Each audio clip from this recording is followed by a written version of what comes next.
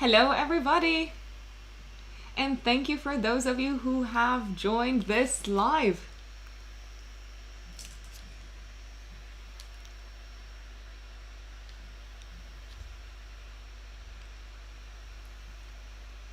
So we are live, by the looks of it, on YouTube, and now we are also live on Instagram. Let me know, please, if you can hear me, if you can see me, if technology is cooperating today. Marta, hi. Shazi, hello. Thank you for joining, everyone. Christina, Nat, hello. So it looks like we had a little bit of a problem with Instagram, but now Instagram is also working. The live on Instagram is also functioning. Thank you for letting me know that you can hear me, that you can see me. Every single time I go live, I have this moment when I'm like, am I actually live or am I talking to myself? Thank you. So please feel free to follow this live on whatever channel you prefer. As I said, I generally go live on both YouTube and Instagram. These seem to be the platforms that work best for me. And the only challenge with Instagram is at times, I think, if I'm not mistaken, the live ends after 1 hour, whereas on YouTube we can go over the hour. I'm not saying that we have to, but we can. Sam, welcome. Thank you. I haven't forgotten about your email, Sam. I know you're watching. Let's give people 1 more minute to join, and then we are going to, talk about my astrological journey. Folks, can I say, well, I haven't felt like this in a very long time. Yesterday I cried. And I cried tears of happiness because reaching 50,000 followers on YouTube, for me, it is absolutely huge. It is beyond a dream come true. It is a dream that I didn't even know I had. So, what can I say? And it all happened on the new moon in Taurus, obviously, because yesterday was a new moon, in my 11th house of friends, collaborators, allies, and tribe, the house of my tribe. And of course, you are my tribe, and I'm so grateful for all your support and for all the love and the positive energy that you have sent to me over the years, and for hanging on in there with me over the years. Thank you, everyone. Yes, I really have no words, and I'm gonna stop saying that. Yes, exactly. The new one in Taurus is sending love indeed. Flotty, hi. I also want to thank everyone for sending me their questions. So I did say that today we're going to be talking about how I got to this point, about my astrological journey. I know there are a lot of people out there who are studying astrology. Many of you might actually think of becoming practicing astrologers yourselves. So I hope the information that I'm sharing, the fact that I'm sharing my experience, is going to help you and is going to, give you a boost in following this path and in following a dream, because literally I felt like that is what I did here. As I said, a dream that I did not even know I had. Fingers crossed. That's true. The new moon is only the beginning. So let us jump into the reason why you are all here for. I am going to go through the questions that you have sent to me yesterday. I know you've sent questions on Facebook, on Instagram, on YouTube, and if you have additional questions, hang on to them for a little bit because I might just answer them whilst I go through my very long list. And I know I promised that I'm going to answer some of your other astrological questions, but let us save those for a little bit later. So first and foremost, how did I get into astrology, and how did I start practicing astrology in the first place? Well, I always say that astrology found me. I didn't necessarily find astrology. In my first corporate job, after I graduated from university, I graduated from the University of Bucharest. I studied journalism, advertising, and I think the full name of the degree was applied media, something along those lines.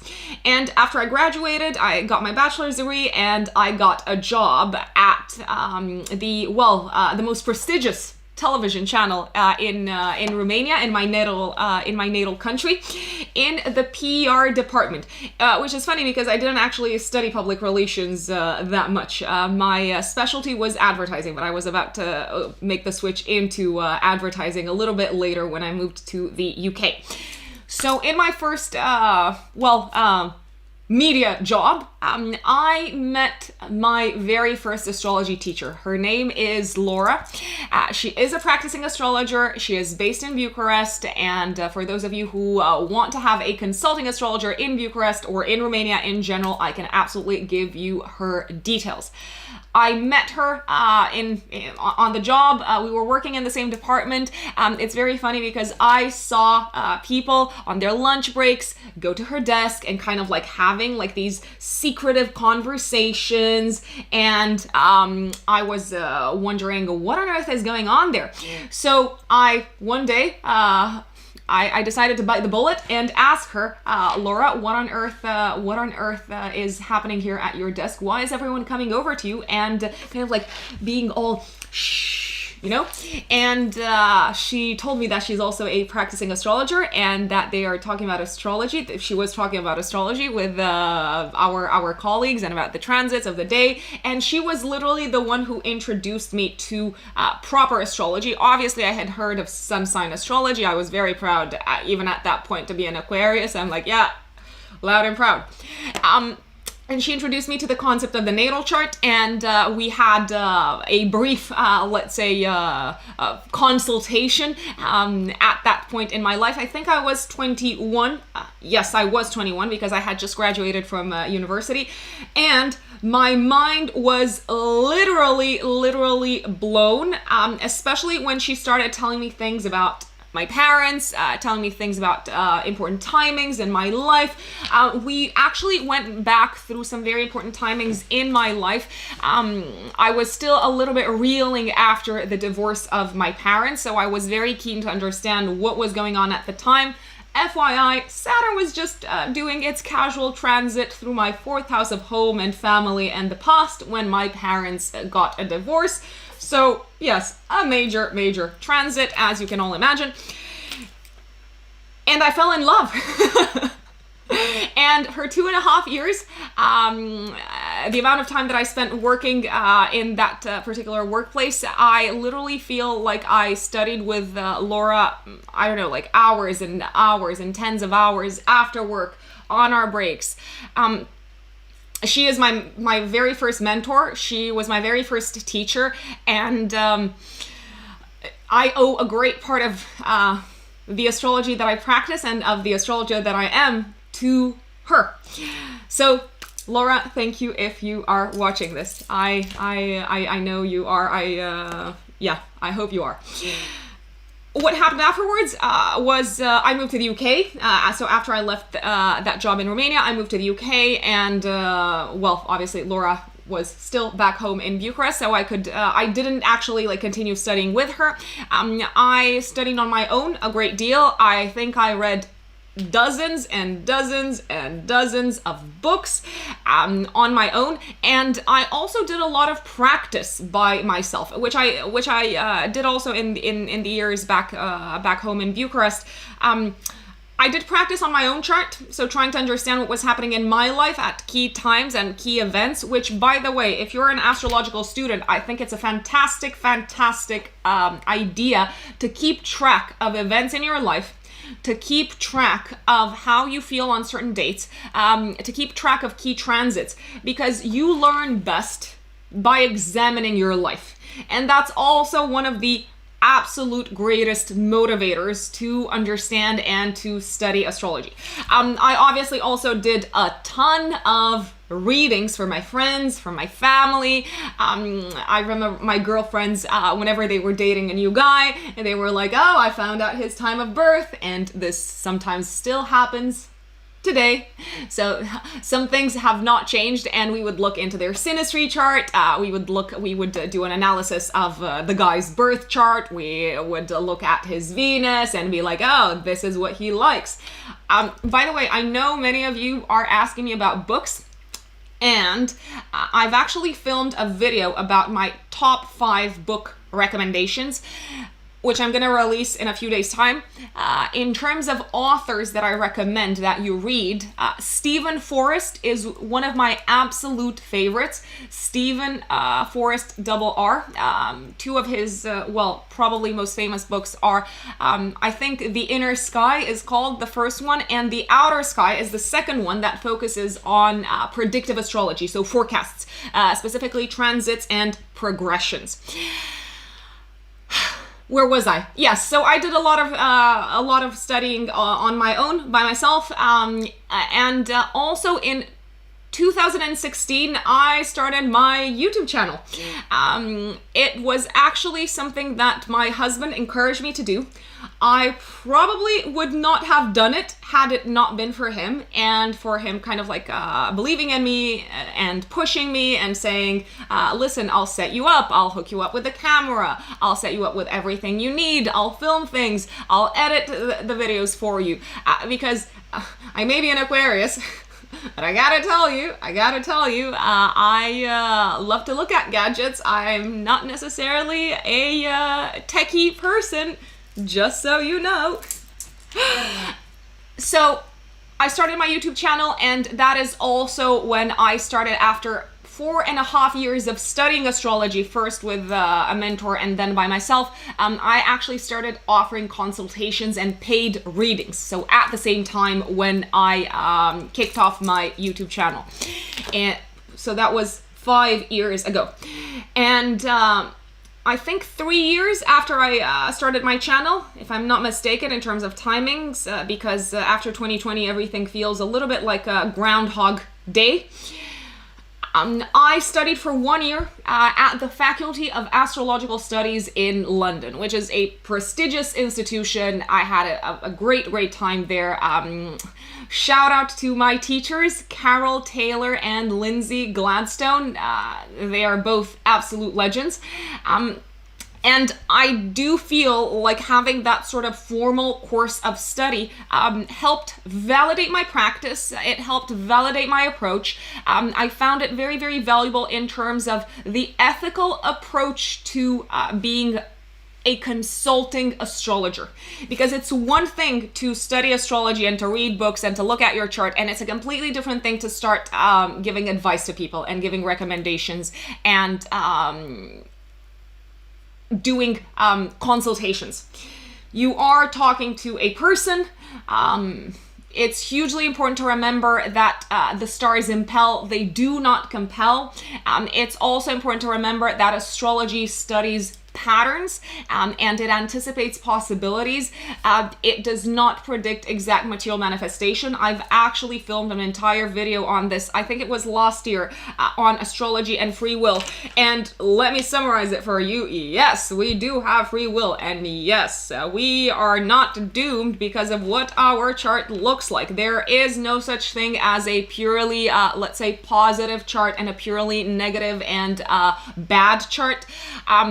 That's why I think traditional astrologers maybe they seem to have this more kind of like drastic approach because they use the term benefic and malefic quite a lot.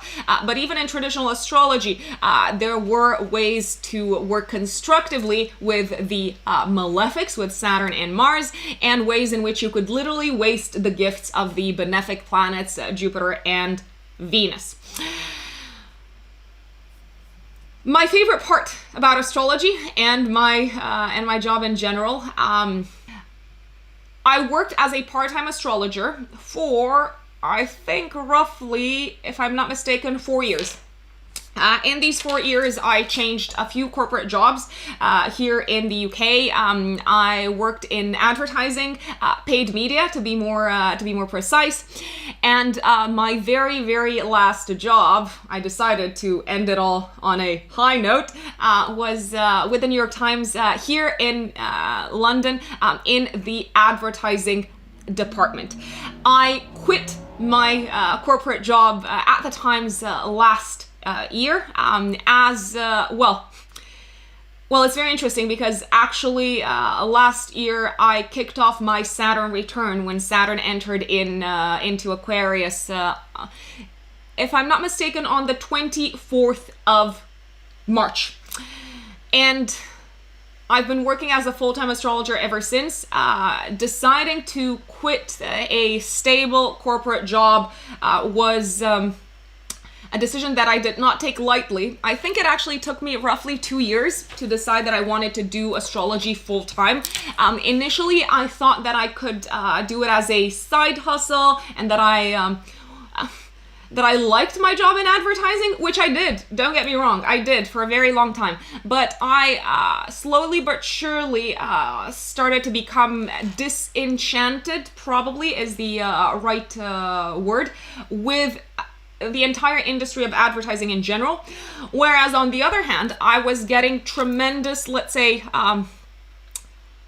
satisfaction and fulfillment by working with clients, by doing astrological readings, and by realizing that astrology is a tool for empowering people. And this has always been my mantra. Use astrology to empower yourself. Use astrology to make better informed decisions. Use astrology to understand your skills, your talents, understand your sweet spots in this lifetime, understand what you can rely on, and also to understand where you are called to put a little bit more effort, where you are called to not give up, where you are called to kind of like keep pushing.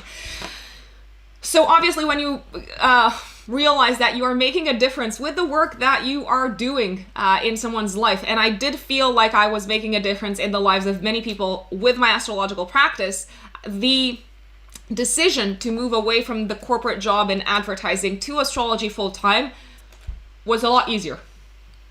But it did take a very long time for me to make this move, and I'm going to be very honest and frank with you about it, because initially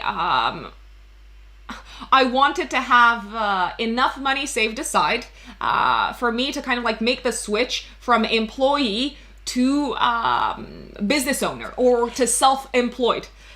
My moon is in Capricorn. I've actually got a stellium in Capricorn. So knowing that I have sufficient funds to rely on, and that I've got savings, and that I've got kind of like this buffer that I can fall back on as a self-employed person, that took some time, and that was also kind of like the final building block in me deciding to jump from corporate into full-time astrological practice, and to start off my full-time astrology business, which I was only doing part-time.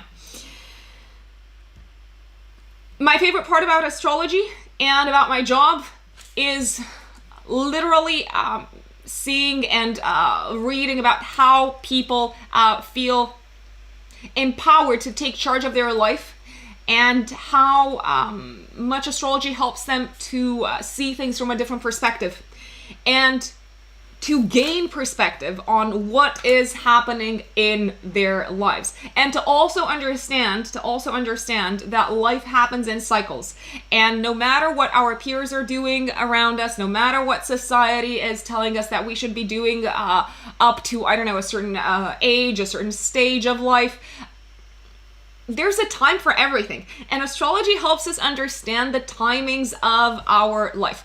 I also love talking to people, meeting new people, and in some shape or form, lifting people up through sending them the message of their natal chart. Sometimes I feel like astrology and our natal chart reminds us of who we are. because we get so many messages of who we should be, how we should act, what we should do with our lives. Media is trying to brainwash us. Social media is throwing all sorts of messages at us, and we compare ourselves with other people. The goalposts of achievements and success seem to be moving all the time. And our natal chart, when interpreted by an astrologer who has some experience, I would say, can remind us who we are at our core and what is our soul's intention. Thank you, thank you, thank you. So that's probably my favorite part about my job. My natal chart. Oh my days. So I know a lot of people want me to share my natal chart, and I can actually give you a quick overview of my placements. My ascendant is in Cancer. My sun is obviously Aquarius.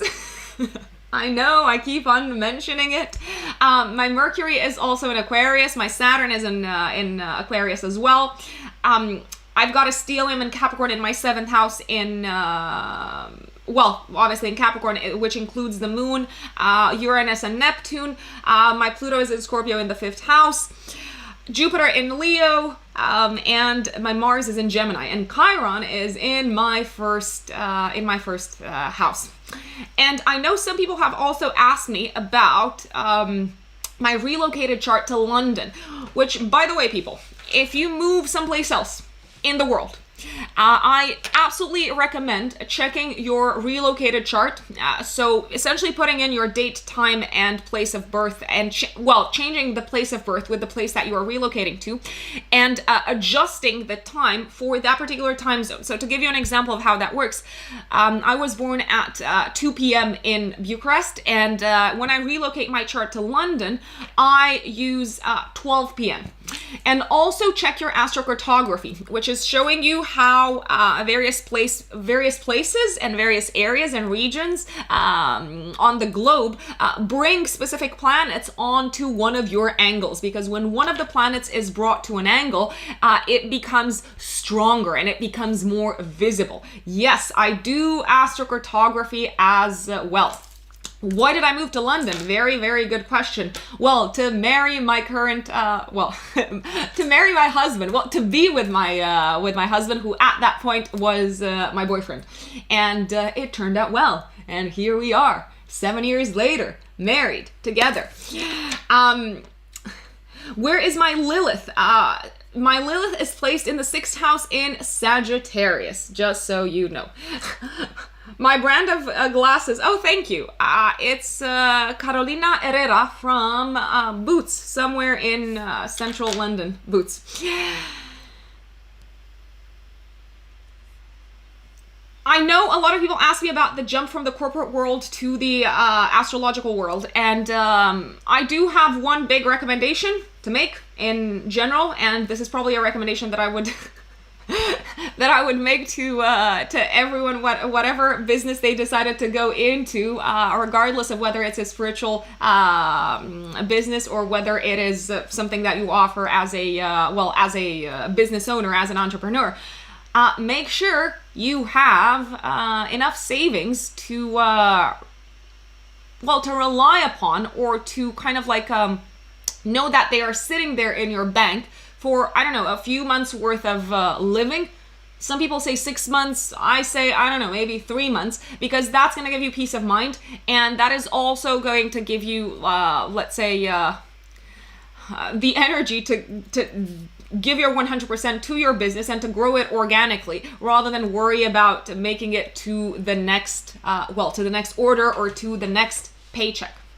My natal node placements. My south node is placed in Cancer, and I cry a lot, just so you know. I might not cry here live, but I do cry in real life. And my north node is obviously placed in Capricorn in the 7th house. Do I know anything about Kabbalistic astrology? Well, a little bit, but not enough probably for me to talk about it. I have been studying about the Tree of Life and about the various Sephiroths, but I don't know enough for me to be able to speak freely on it. What would I recommend to astrological students? Read all the books. listen to all the information. Get your information from a variety of astrologers. Listen to people out there. And don't forget to listen to your own intuition at the end of the day, because it's fantastic to hear of the various different perspectives of people out there. It's fantastic to read on the various different approaches to astrology. And at the end of the day, you should trust yourself, because you were drawn to astrology. Astrology found you for a reason. So it means that you are spiritually inclined. It means that you have a strong intuition. It means that you are a people person. It means that you are sensitive and empathetic. It means that you have a high level of emotional intelligence. Therefore, you don't have to follow someone's astrological practice or someone's recommendations as if they were the letter of the law, just so you know. Fresky, thank you so much for the super chat on YouTube. How did you make the jump from studying to taking clients? Tips for putting all the astro knowledge together into a reading and interpretation. How did I make the jump from studying to taking clients? Well, I suppose it happened organically for me. I kicked off my my YouTube channel, and I started putting content out there, and people started reaching out to me through YouTube. So they found me on YouTube and they emailed me and they requested a paid reading. So that's essentially how it happened. I've got to say, for many years, I did not promote myself, and I just left in my YouTube about section an email address, and that is literally how people found me. But you also have to keep in mind that I was working full time, so I was doing my astrological practice and taking clients on the weekends. I was working obviously like 2 jobs, but I've been doing that for quite some time. At this moment in time, if you do want to become a full-time astrologer, I recommend putting content out there, establishing yourself as an authority in the field, sharing your knowledge with people, because when you share your knowledge with people, people realize that you know what you're talking about. And if they resonate with you, they're gonna come to you and ask for readings. And obviously do advertise the fact that you are offering paid consultations. I do recommend getting a lot of practice beforehand with friends, with family. Use them as your as your lab rats, and ask for honest feedback about your delivery, about your messages, about your approach, and really ask them to be honest and sincere, because more than the astrological knowledge when it comes to working with clients, I think it's hugely important how you approach the individual in front of you. Tips for putting all the astro knowledge together into a reading and interpretation. Checklist. Have a checklist to start with.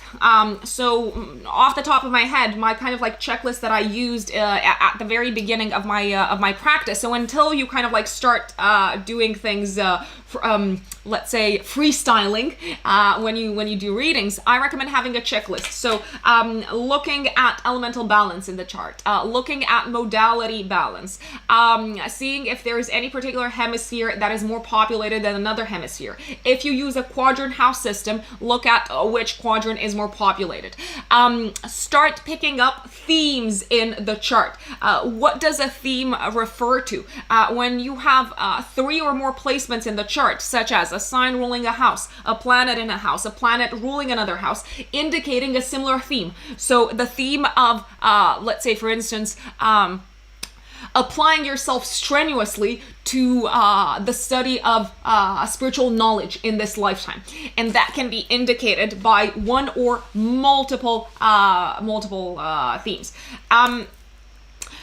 Look at planets on the angles, hugely important.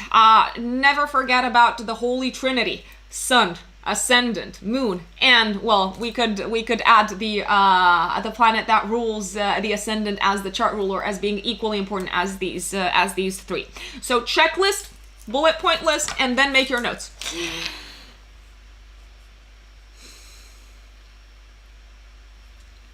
Let's see. Oh my days, I'm getting all of these questions, and I also have a long list of questions here. So please forgive me if sometimes I am taking a little bit of time to kind of like read through.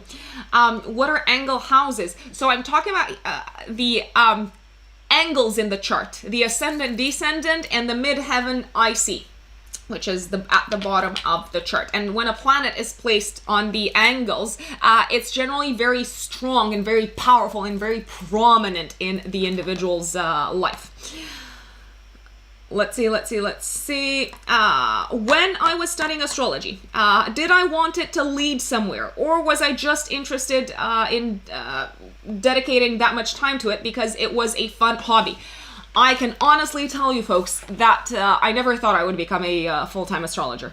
Had you asked me maybe, 5-6 years ago, I would have said, no, I want to climb to the top of the corporate ladder and I want to make it and I want to have the job title and the status and the money and and I suppose that's just the way I saw things at that time, and I evolved from that. I did feel like I made it in the field that I studied in the field of advertising. I did feel that I left on a high, if that makes sense. But no, becoming a full-time astrologer was never my plan. I always laugh with my parents because they say, oh, you've studied all of these things and you were also a tennis player when you were young and look at you now, you are running your astrology business. Who would have thought? My dad is still absolutely in awe. He's like, how did you find this niche? How could you find this niche? Where from? So yeah, that's essentially how it all happened. It was a hobby. It's a passion. It is something. Astrology is something that I live and breathe, and I say this wholeheartedly. Essentially, I work the entire day. I give readings to clients. I have consultations. I have calls. I create content for social media, and then at the end of the day, I go work out and I listen to an astrology podcast, and then I go to sleep and I read like some sort of astrology kind of like book. So yes, it is something that I'm truly, truly passionate about. Why? Because I feel like it contains the essence of the universe in some shape or form. It's the engineering of the universe. So yeah, and I'm sure I've got so much more to learn. I've recently started studying more traditional Hellenistic astrology, and seeing if there's anything that I can incorporate into my practice. I have, as of last year, actually incorporated in my forecasting practice annual perfections, and I gotta tell you, they are very accurate in predicting the major themes for someone's birthday year. So there is so much to learn. You can never grow tired of astrology. Joe, thank you for the super chat. Any advice for someone with Sun square Neptune? Yes. Be mindful of the tendency to dissolve your values and to dissolve your sense of individuality and to dissolve your ego. You may not have very strong boundaries, I'm going to say. And it's important to remind yourself consciously to establish strong boundaries. And also, don't be so hard on yourself, because you can literally absorb energy from people around you. Sometimes it's not their energy that messes with your state. I would also say you need some sort of creative outlet in this lifetime to pour the vitality of the sun into, or a spiritual outlet with the Sun square Neptune. What in my natal chart points to being an astrologer? So this is a great question. Thank you, Sam. I did get another question asking me, was it written in the stars that I was going to be an astrologer? So I have my midheaven in Pisces, and generally people with the midheaven in Pisces can be drawn to a career either in a spiritual field or in a field where you can take care in some shape or form or alleviate the suffering of victims, of the oppressed, of those in need. Well, humanity is in need of alleviating its suffering. So I suppose you can apply that to many, many different fields. with the midheaven in Pisces, there can also be a certain pull towards working in an artistic, creative industry, working in media, working in television, working in film, working in entertainment. And I did actually work for a television channel. And I also worked for a news outlet for the New York Times. So I suppose all of these things pointed towards my midheaven in Pisces. I also have my moon conjunct Neptune, which I was told very early on by Laura, my first teacher, that it's a highly intuitive placement, and it's placed in the 7th house of one-to-one interactions with other people. So it's almost as if there is this subconscious energy that I can access about what's going on in someone else's life, especially their pain and their suffering. Yay! So that's essentially what pointed out towards, at least in my view, in my chart, towards being an astrologer. And obviously I've got 3 planets in Aquarius, so I'm gonna go into doing whatever is kind of like new age, niche, futuristic, out of the box, whatever raises eyebrows in this lifetime, just because I can. Someone asked me, what do normal people say when you tell them that you're an astrologer? Well, people in my circle now know that I do this. I've gotten all sorts of reactions over the years. I did get someone tell me to my face that I was stupid. Bless him. And I actually started crying when that happened. It was a while back. It was actually when I hadn't committed to full-time astrology. I love how astrology is called New Age these days. Yes, I mean, astrology has been around for literally thousands of years. Thousands and thousands of years. But it is still kind of like put in the same, let's say, pot with New Age topics. Most people are really kind of like, oh, that's interesting about me being an astrologer. I think most of them think it's some sort of hobby. The more courageous ones generally ask me, how do you make money? Or is it something that you can make money out of? Vicky, thank you so much for the super chats. So I think many times there is this kind of like conversation around finances, and I'm very honest and straightforward about how I make money. Obviously, I take on clients. I do client consultations, and that is my bread and butter.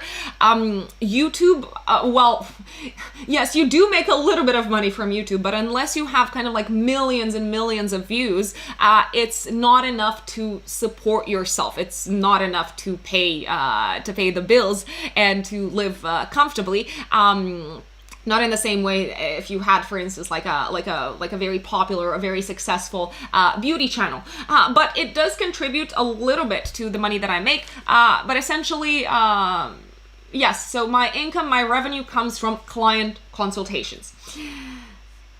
Edward, thank you for the super chat. Cancer Sun, Libra Rising, and Moon in Aquarius. Any advice for keeping your mood from swinging so that you can stay focused and productive? I say go into your lunar Aquarius. Give your into your lunar Aquarius mood. Give your moon something to kind of like mull over, something intellectual.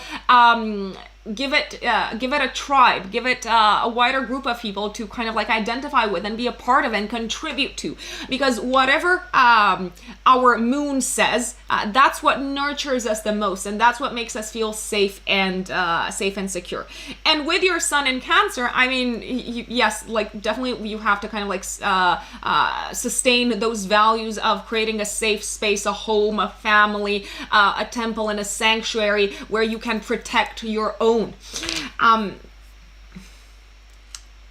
Is English my first language? DJ, thank you for your support.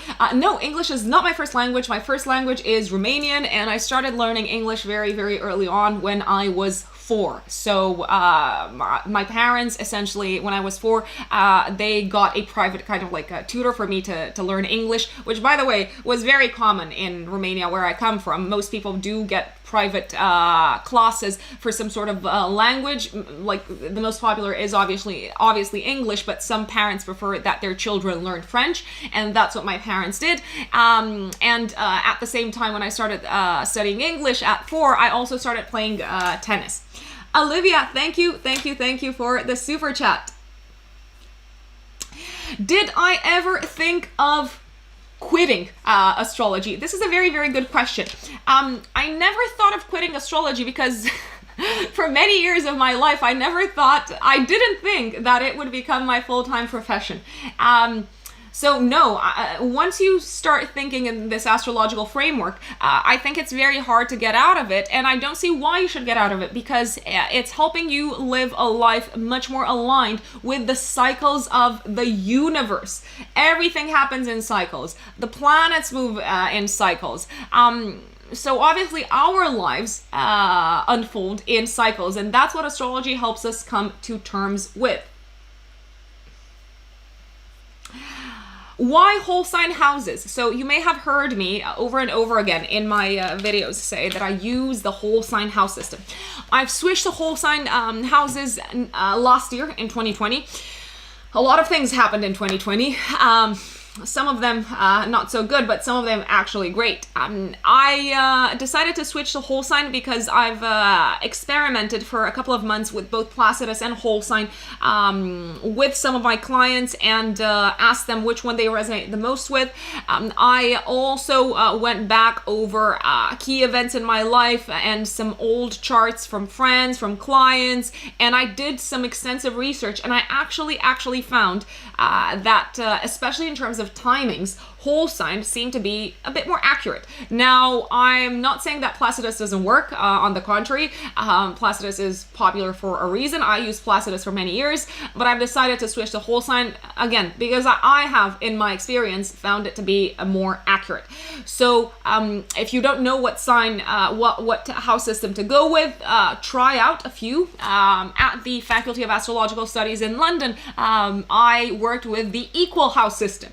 So again, it's also worth looking at your chart in the various house systems and seeing what you resonate the most with.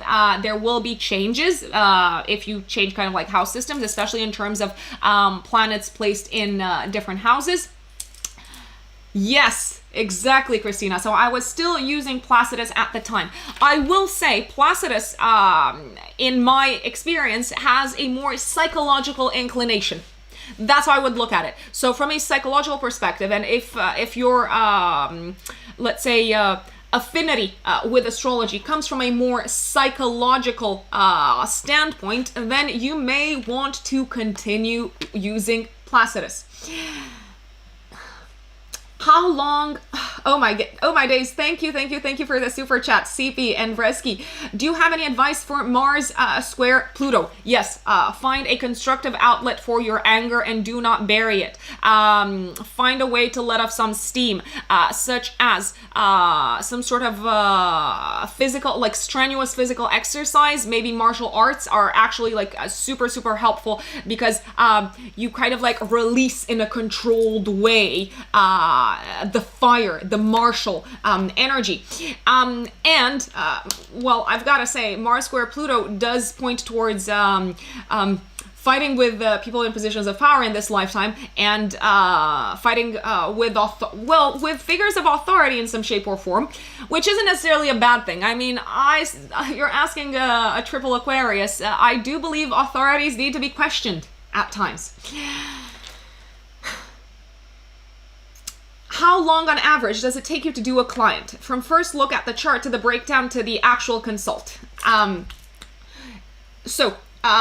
I actually do both audio recorded only readings. So where the client sends me their date, time and place of birth and major topics of interest, context in their life and any questions. And I record the reading and I send it to them in a few weeks' time as an audio file for them to listen to.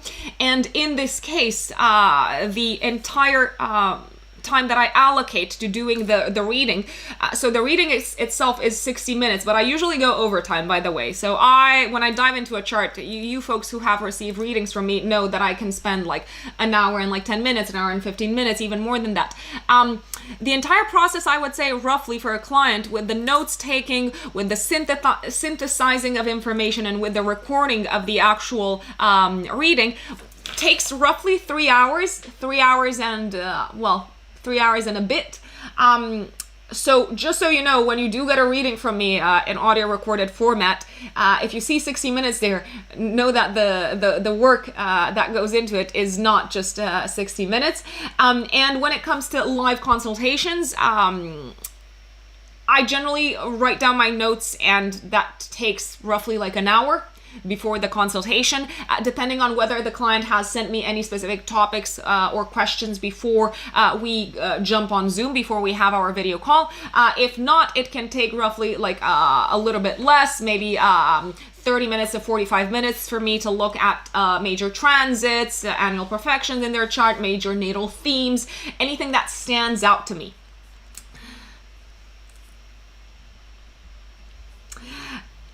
How did I fine-tune my practice? A question that I received. Well, through practice. You got to do a lot of readings, folks. And if you've run out of people in your life who want you to do readings for them, I recommend analyzing the charts of celebrities or of historical figures, because the great part about this is that you have their life out there on the internet. So you can kind of like cross-check key dates, key events.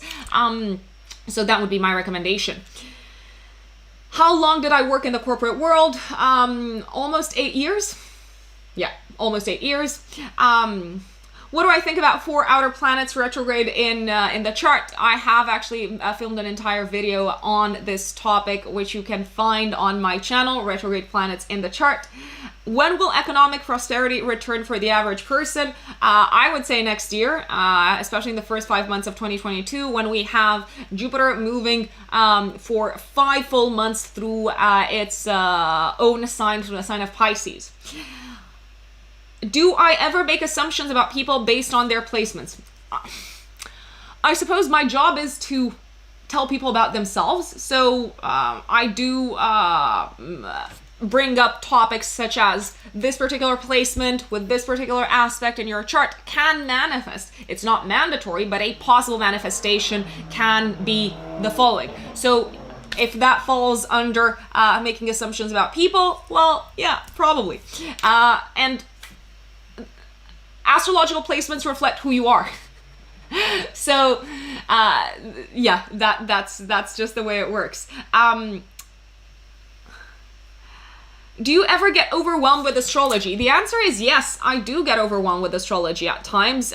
There's a lot happening. There's a lot to keep track of. And I remind myself, and so should you as an astrology student, that there is absolutely no way that you can cover everything all at once. There's always going to be new transits. There's always going to be new aspects. There's always going to be new ways to look at even your own chart. Even now when I study my chart, I come up with themes, or I see kind of like, I have like flashes of insight related to a placement that I may not have had in the past. Let's see. How can I find a mentor without breaking the bank? Good question. So this question came from one of my followers on Facebook, if I'm not mistaken. They're saying, I'm currently taking online classes, but I feel like I need to have real-time access to make sure I'm learning and understanding this correctly. Okay, so folks, I haven't yet released my course, my foundational course, but for those of you who are students of astrology, who are taking classes or who are studying in their spare time, I do actually offer mentorship.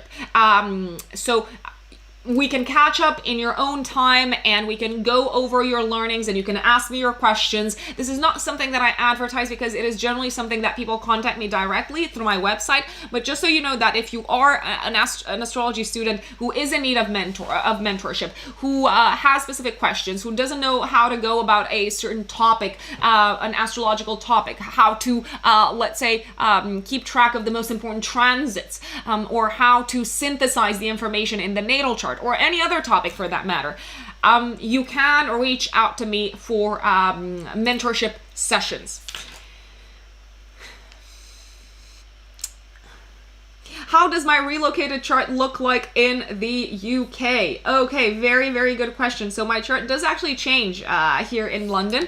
My ascendant has changed, my relocated ascendant has changed from Cancer to Gemini, and therefore I have Mars in Gemini in my first house, relocated to London, which probably shows.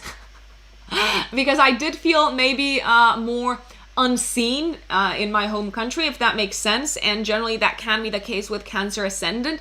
It's almost as if you fly a little bit more under the radar. But with Mars in the first house and with a Gemini ascendant, it's like you make connections at all corners. Everyone wants to talk to you. You want to talk to everyone.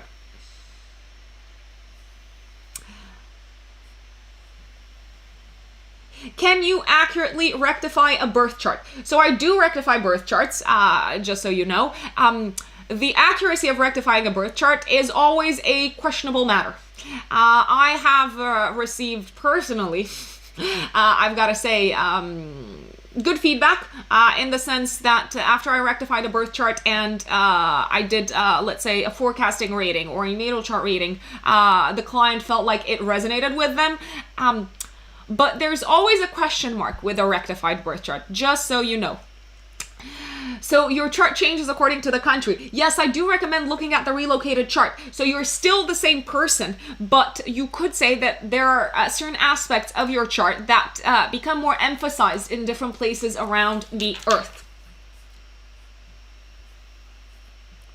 What is relocation? So when you move to a different country, I recommend putting up your, in whatever natal chart generating program you use, putting in your date, place of birth, time of birth, but when you put in the place of birth, use the location that you've moved to. And when you adjust the time, essentially, to give you an example, I was born at 2 p.m. in Bucharest, and when I moved to London, I created my relocated chart for 12 p.m. time of birth, because Bucharest is 2 hours ahead of London, if that makes sense. Do I use progress charts in readings? Yes, I do. I love working with the secondary progress moon. I found it to be very accurate. It generally helps clarify why a person is feeling a certain way. So, yeah, I do use secondary progressions. When you look for transits, you look at both relocation chart and natal one. I set the location for transits to the place where the person lives at a certain moment in time, just so you know.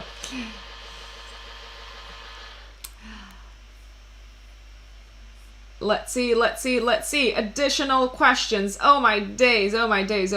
So many. I love the fact that you are sending me questions, folks. What have I done to help my business grow? I love questions about the business side of things. I have one major piece of advice, which once again can probably be applied to anyone else who is running their own business in the spiritual sphere. Create content and create it consistently. Consistency is key. Be patient. Share your knowledge, share your expertise, but also establish boundaries. Because people can sometimes cross those boundaries and kind of like expect you to maybe do a reading for them in the comments section on your social channels. I would also recommend people to use the power of social media to promote their business locally or globally. I did work in paid media, so my specialty was paid social and paid digital marketing. Well, you could say that paid social does fall under the same kind of like remit. So you could say that I was an expert, and I still use some of my knowledge in paid social, so across YouTube, across Facebook, across Instagram. Funnily enough, I've only done a minuscule amount of promotion on Facebook for my channel. And the reason for that is because at this moment in time, with the amount of organic content that I create and with the amount of clients that come to me because they find me on social media and because they resonate with my forecasts, with my readings, and with my style, I am fully booked. So at this moment in time, there is literally no reason for me to do paid promotion, extra paid promotion. But consistency in creating content is probably key. That's how I would look at it. Question, how did I keep fit during the pandemic? How to love exercise. I've got to say, folks, I worked out almost every day during the pandemic at home. Now, don't you think that I did high intensity interval training every day, but I did move every day for roughly 30 minutes at least. I love doing, doing weightlifting in general. My husband also bought recently a Peloton bike, so now I am using his bike, probably more than him. So if you're watching this, Konstantin, thank you. Movement is literally part of my life. I always say that working out is my meditation. I've got Mars in the 12th house. So you could say that I rest my brain by moving, by working out, by doing something active.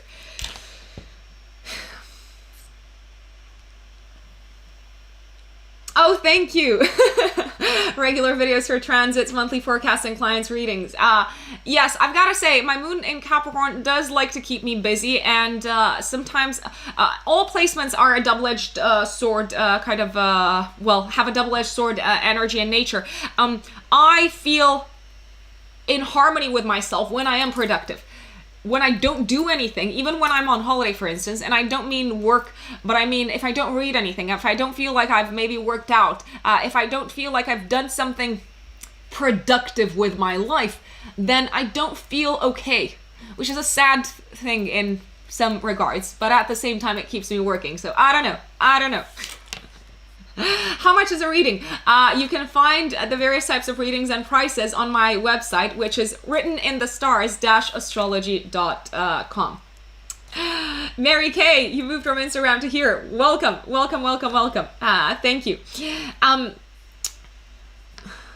Being born near eclipses. What does it mean? Well, it means that if you were born close to a solar eclipse, you were born at a new moon, so you have, let's say, a very strong new moon energy approach to life in general. It's the energy of new beginnings.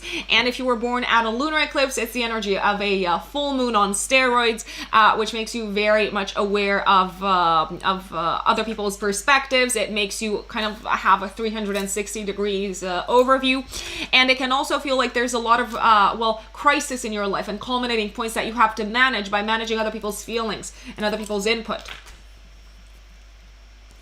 Christina, I really appreciate it. Let's see.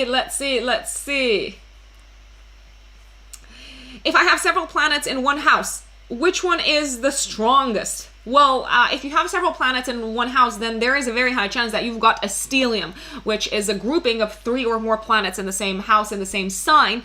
And essentially it means that the energies of those planets are combined, and they almost kind of like give birth to a new energy altogether, and it can be hard to separate them.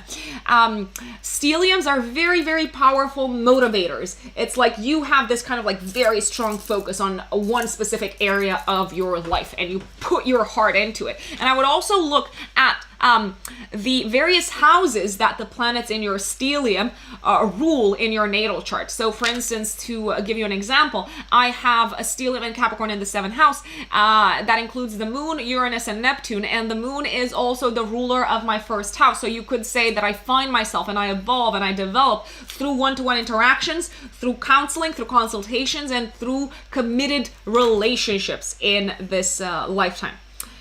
Which signs do you resonate more in forecasts with, sun, moon, or rising? I generally recommend rising. I know some people resonate more with their moon sign, especially people born with the sun under the horizon. They have what is called in traditional astrology a night chart. If your sun in your natal chart was above the ascendant descendant line, then it means that you have a day chart and you may resonate more with your sun sign than with your moon sign. But for transits and forecasts, folks, rising sign first. Gotta say it. Gotta say it. Jill, thank you.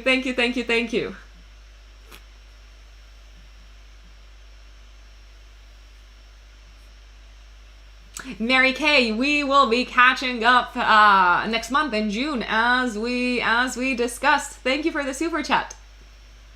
Should I take into account my Saturn in Aries in the 10th house when choosing a career? What would you recommend? Yes, I would absolutely recommend taking Saturn into account. When it comes to choosing a career, I would recommend looking at a few specific elements. Look at the midheaven first and foremost, the sign that the midheaven is placed in, the ruler of the midheaven. The sign that the midheaven is placed in can indicate the types of qualities that you are called to embody in your career. It can also indicate the type of industries that you have an affinity with. The ruler of the midheaven can go into kind of like more granular detail in regards to the behaviors that you are called to employ in your career, and how you can climb up the career ladder, how you can step up the career ladder. Any planets in the 10th house definitely need to be paid attention to, because they can indicate how you channel that specific energy into your career. And they can also point towards industries, positions, jobs, and skills that you are called to use in your career. And I generally also recommend looking at the trinity of the houses of substance. So the 10th house, 2nd house, and 6th house.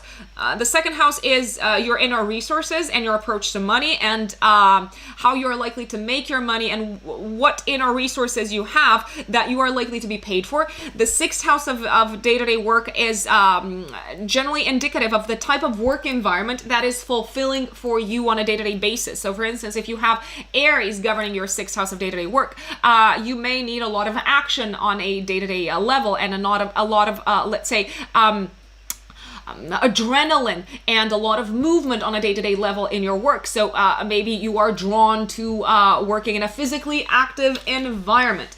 By the way, a career reading is actually one of the readings that I do offer as a service on my website, just so you know. And these are some of the elements that we assess in a career reading. Why is Saturn said to have its joy in the 12th house? So this is a traditional Hellenistic astrology question. If I remember correctly, and if not, please listen to the astrology podcast run by Chris Brennan, which is fantastic, and he is actually like... well, he is the star of Hellenistic astrology in this day and age. If I'm not mistaken, Saturn has its joy in the 12th house because the 12th house is associated with endings, with closure, with dissolution, with death. And Saturn is also connected with endings. So it feels good there. It's kind of like double whammy, double ending whammy.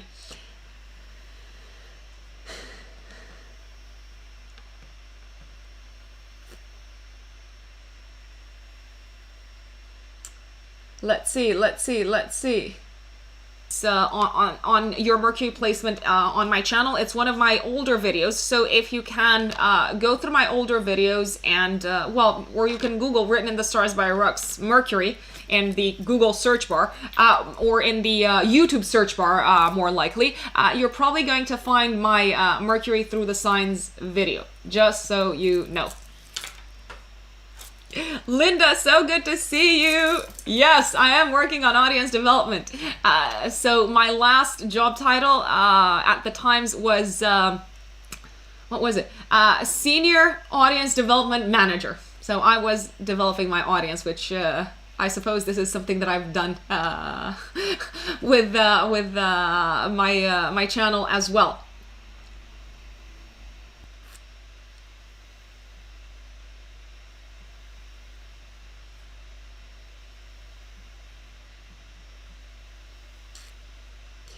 Your birthday is next Friday, Sagittarius rising, Cancer moon. Is it going to be a great day? Oh my days, I don't remember off the top of my head, but Jupiter is in Pisces at the time. which makes for a great day, generally. I'm very, very excited for the Jupiter through Pisces transit kicking off tomorrow until the 28th of July.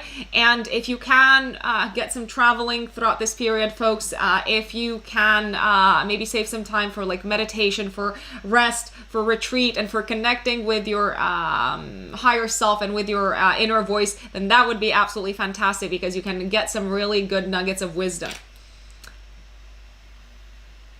What predictive method do I use the most? Focus on perfections and solar returns a lot lately. So I combine perfections with transits and with secondary progressions. I do sometimes look at the solar return chart as a kind of like backup, but generally I have found perfections with transits to work very, very well, because essentially the ruler of your perfected year is the planet that we should be paying a great deal of attention to also in transits. And in terms of secondary progressions, I think it's very interesting to see what sort of inner stage of development the person finds themselves at, which can explain a lot about how they feel about a certain period in their life. But I know some astrologers are very much focused on transits. Some astrologers use solar returns plus transits. So whatever works for you. I feel like I've perfected a great deal my my forecasting technique, and I have found this combination to work very well. So what floats your boat? What can you do if you do not know your time of birth and no one knows? So a few things. First and foremost, without the time of birth, we may not have the exact ascendant and moon sign. Sometimes the moon sign, we can know it, because unless you were born kind of like at the time when the moon was about to change signs, the moon spends 2.5 days in a sign, so we may be able to figure out the moon sign. We still have 75% of the chart to work with, so we still have all the planets with kind of like the question mark regards when it comes to the moon that we can analyze.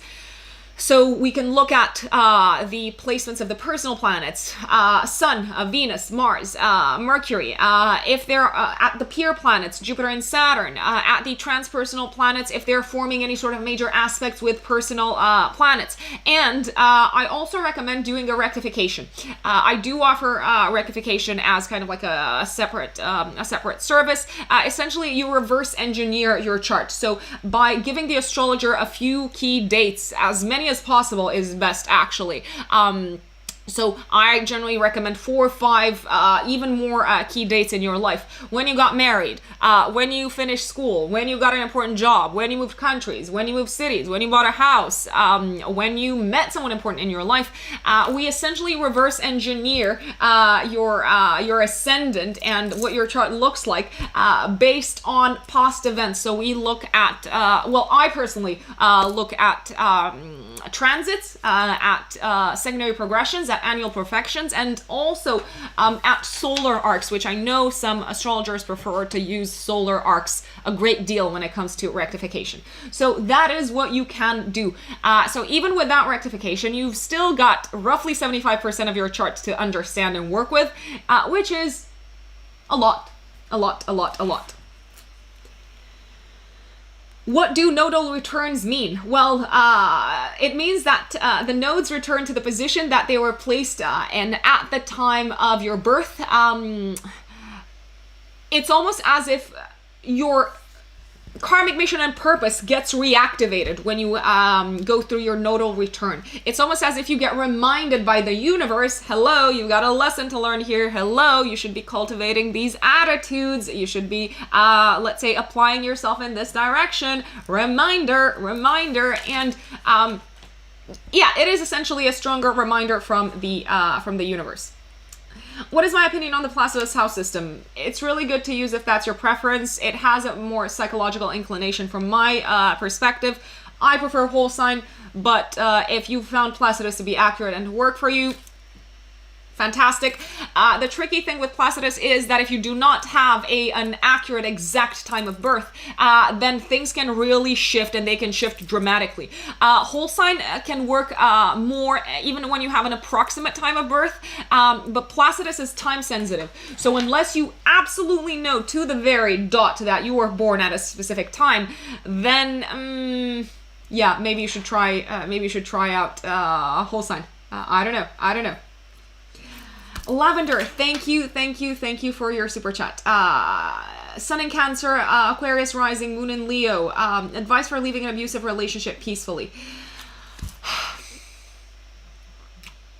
I can only say this is the year, with both the Jupiter and Saturn going through your first house of identity, that it is time to put yourself first. It is time to think about your direction in life, about where you're headed. It is time to value yourself and to appreciate yourself, and to realize that taking the risk with Jupiter in your first house to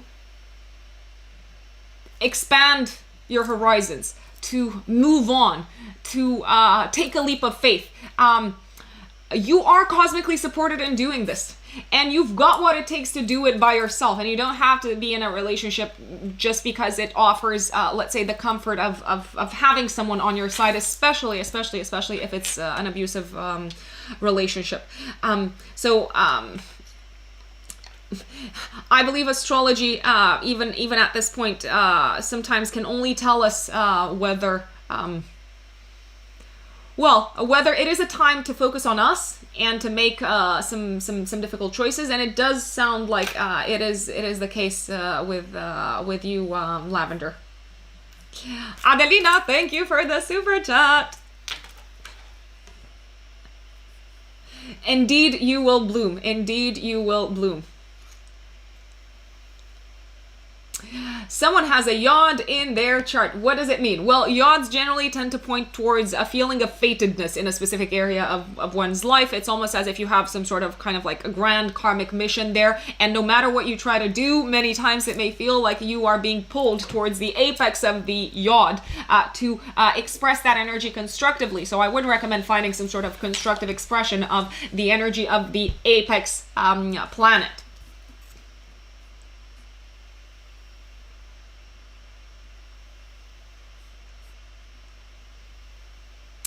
Another question.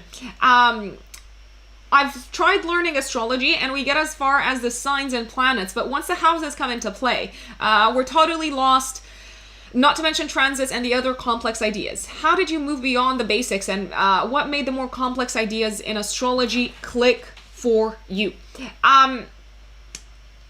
I recommend, in order to synthesize a natal chart interpretation, that you learn the keywords associated with planets, houses, signs, and aspects at the end, and that you make lists for all of these, and that you start combining keywords. So Moon in let's say the 5th house in Cancer, in opposition to Jupiter in Capricorn in the 11th house.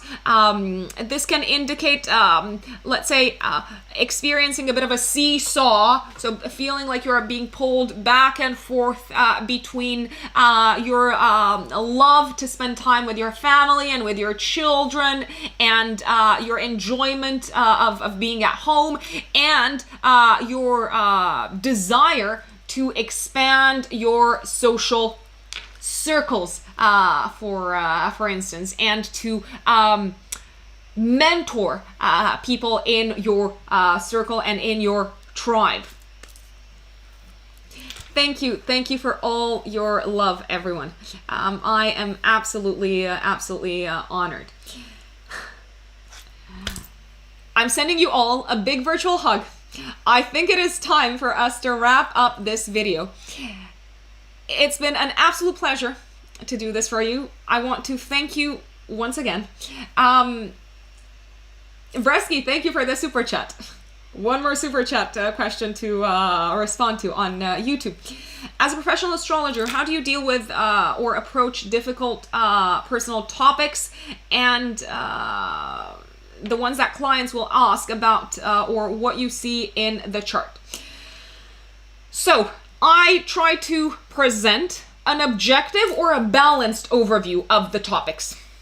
So the client might come to me with, let's say, a challenging, a difficult perspective, something that they have experienced, and I think it's usually important to validate their experience and not to say, oh, you just have to work more on this, which is very dismissive and unkind and unhelpful, and you're probably never going to hear back from them ever again. At the same time, I do look for supportive aspects in the chart that may help them deal with a particular topic. If this topic is connected with a specific transit, I try to help put things into perspective from a psychological and evolutionary perspective. I also make sure to let them know that there is light at the end of the tunnel, and that there is an end to their suffering if they're going through a difficult transit, and that it gets easier with time and with experience. I also think it's hugely important not to be let's say, not to delude ourselves as astrologers, as practicing astrologers, in thinking that we know more about the person than they know. No, you are a guest in someone's house when you look at their chart and when you interpret their chart and when they ask you for your perspective on things. Never assume that you know more about them than they know. Offer your view, offer your perspective. Make sure to flag that whilst astrology is indeed a language of the universe, you are filtering it through your own perspective, because you're human and you're subjective, and I'm subjective and everyone else is. So if something does not resonate with them, make sure to flag that this is one possible interpretation. I hope this helps. Thank you once again. I will visit you in Switzerland, Nikki, when they let us travel again sometime. I don't know, in the future. I am so much looking forward to traveling. Thank you once again for joining. It is an honor to be doing this for you. Thank you for all your support. And don't forget that you can find me on my website, writteninthestars-astrology.com. Sending you lots of love.